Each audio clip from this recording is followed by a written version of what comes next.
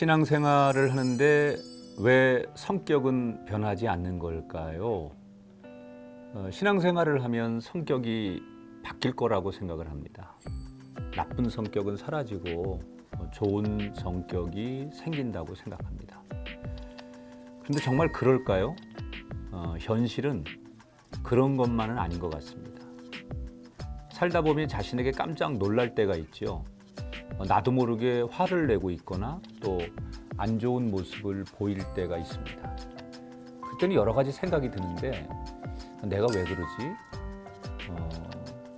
내가 왜 이렇게 화를 내고 내 성격이 왜 이렇지? 이렇게 자책감이 들기도 하고 실망을 하기도 하고 또 스스로 화가 나기도 하죠. 신앙생활을 오래 한 사람은 이런 생각도 들 겁니다. 내가 몇 년을 신앙생활을 했고 직분도 있는데 내가 왜 그랬을까? 그러면서 스스로 시험에 들기도 하고 회의감에 빠지기도 합니다. 여러분은 신앙생활을 하면 성격이 바뀐다고 생각하십니까? 성령님을 체험하면 마치 호랑이가 양이 되듯이 옛 성격은 없어지고 새로운 성격이 생길 수 있다고 생각하십니까? 저는 꼭 그렇지는 않는 것 같습니다. 물론 가능성이 없는 것은 아닌데요.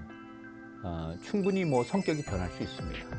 하지만 호랑이가 한순간에 양으로 바뀌는 것처럼 사람이 완전히 달라지는 것은 쉽지 않습니다. 저는 그런 가장 적절한 예가 성경의 모세가 아닐까 생각하는데요. 모세는 굉장히 다혈질입니다. 그리고 욱하는 성격을 가졌는데 예를 들면 애굽 사람이 히브리 사람을 때리는 걸 보고 어떻게 합니까? 같이 때려서 심지어 죽였죠. 그래서 모세는 한순간에 도망자 신세가 되기도 합니다. 하지만 도망친 곳에서 하나님을 만나고 그리고 한순간에 그의 인생은 바뀌었습니다. 그런데 바뀌지 않은 게 있었습니다. 바로 성격입니다. 히브리 민족들이 우상 숭배를 하는 걸 보고 하나님께 받은 십계명 돌판을 던져버립니다. 너무 화가 나서 절제가 안 된 거죠. 그런데 성격이 변하지 않은 사람이 모세뿐이겠습니까?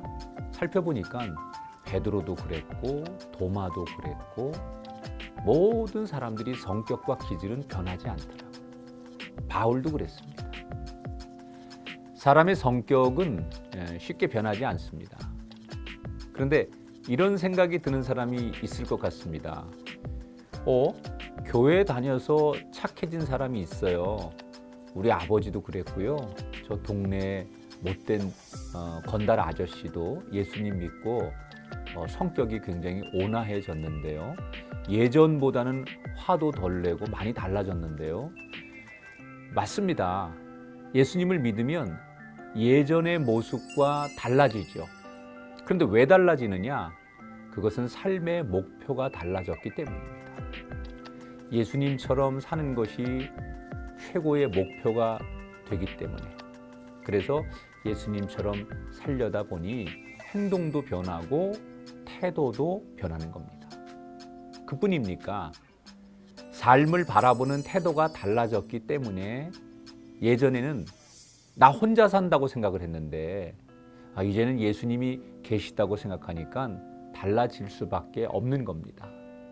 예수님이 나를 보고 계신다 이렇게 생각하니까 화가 나도 참게 되고 또 인내도 하게 되는 겁니다. 옛날 같으면 욕도 하게 될 걸 예수님이 날 보고 계시지라고 생각하면 자제하게 되는 거죠.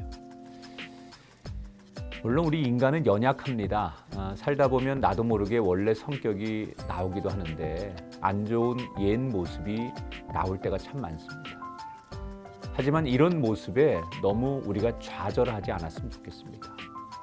예수님처럼 살기 위해 노력하는 그 자체, 그리고 예수님이 함께 계심을 늘 기억하는 마음. 그러다 보면 거친 정글에서 분노로 살던 호랑이가 좋은 주인을 만나 온순해지는 것처럼 예수님 덕분에 어느 순간 변화된 나 자신을 만나게 되지 않을까.